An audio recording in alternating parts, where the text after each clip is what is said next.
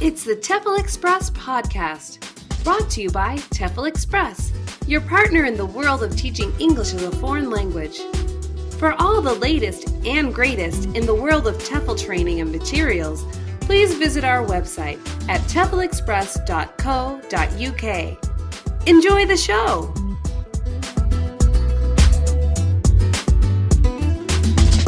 Hi, I'm Adam, and this is the TEFLCast, and today we have a special guest. Can you please introduce yourself? My name is Julian. I'm from the U.S.A., from Vermont.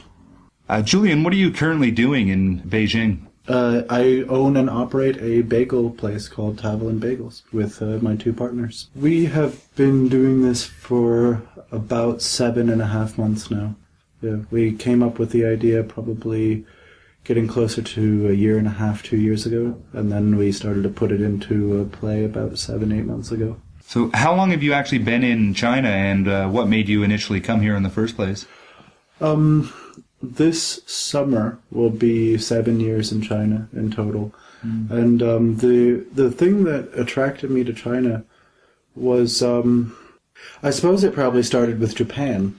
When I was a kid, I came from a really small town in rural Vermont, and they used to have a exchange program with Japanese students at our school. And one Japanese student actually lived with us for a while. A couple Korean students lived with us, and I just kind of got really interested in Asia. And I don't know, they had a lot of things that were hard not to get interested in for a kid, like anime and just, I don't know, weird rice snacks and just stuff. So, I was always kind of interested in Asia because of that, I suppose, and also because it could not be any more different than rural Vermont. Right. It was a different world. One thing that always appealed to me about Asia was just the amount of culture and history, versus the West, like especially North America. I mean, our country is how young? Like, I can't even say how old. We're so young that we don't really have a proper history and culture yet compared to, the Eastern world. Yeah, completely agreed. And I think, I remember being a little kid and asking my mom, because I always like castles and stuff like that, even the Asian version, European version. Right. I remember asking my mom as a little kid, why don't we have any castles? And she was like, well, none of these Europeans were here at that time, so we don't have anything that's old. Yeah, I totally agree. Yeah, the oldness or the differentness and the kind of, it just seemed magical, And then, so I guess, like you're saying, there was always sort of a general interest. And then when I got to university, I didn't really know what I wanted to study necessarily. And then I was interested in history and started a class in Chinese history because it was, you had to do these survey courses in different fields. And I think it was literally day one of Chinese history class that I was sold. It was modern Chinese history. And and I had no idea about this whole Chinese economic miracle and all this kind of stuff that everybody else seemed to have already been clicked onto. I literally had no idea. And then in the first class, they showed us this little movie or something that explained what was happening here, and it was just like, wow, what am I doing sitting here in New York? Right. When I could be over there doing something interesting. Mm-hmm. And then maybe have you read the book Rivertown before? I haven't. No. It's have you heard of it? I haven't. It's a book by this guy named Peter Hessler, and he came to China. I forget when he came exactly, like late 90s or early 2000s, and he lived in this city, and he was teaching English in China, and basically he lived here for 2 years and kind of wrote about his experience at the time, and it really, when we read that book in that same class, that was when it all of a sudden clicked. It was like, I'd always been interested in teaching personally, just anything. I like teaching as a field. This book was like, okay, now not only is China interesting, but here's a way to get to China where it ticks a lot of the boxes in terms of interest, but it's also like, you're not just floating around there wondering what to do, and you don't have to go and study Chinese only. You can actually contribute or do something. Right. And in the book it was saying, that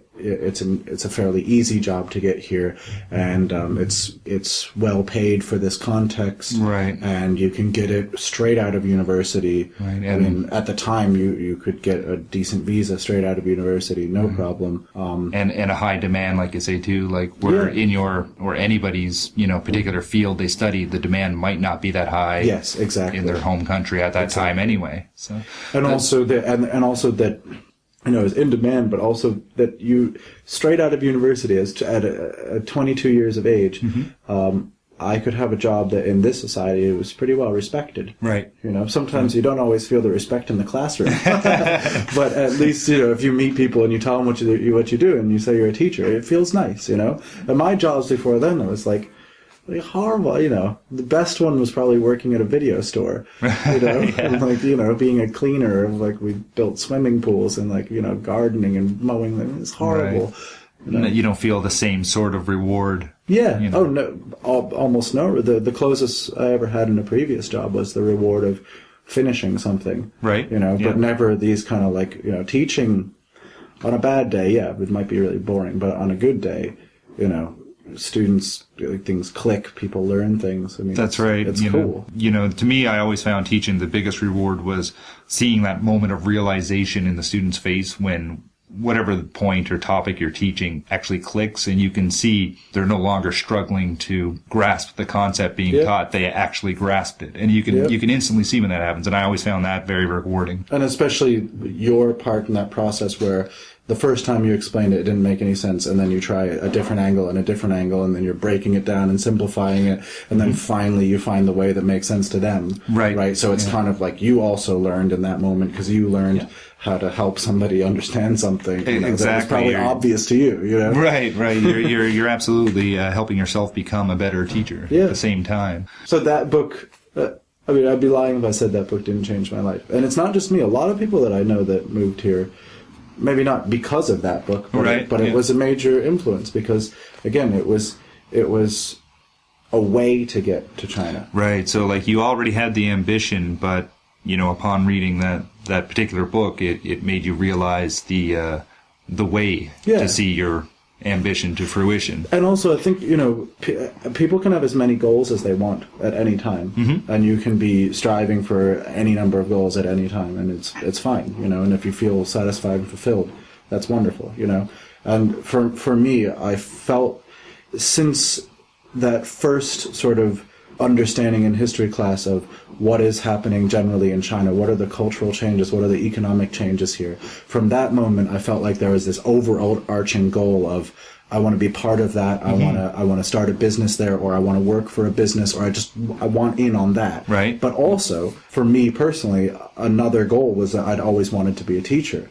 And it seems, it might seem like teaching skills are only for the classroom, but I will tell you, the things I learned in the classroom, over 5.5 years. Well, I mean, I still teach a little bit now, so over 7 years almost. Right, and going strong. Yeah, I use these every single day. The idea of taking complicated things, making them simple, trying to be as clear as possible, helping people instead of telling them what to do, like we do with our, the people that work with us now at the bakery.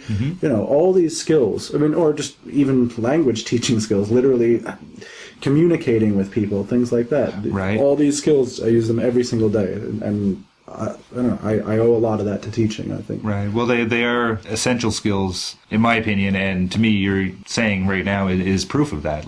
They're essential skills that help day-to-day life, and not only day-to-day life, but like you said, also, your livelihood. Yeah.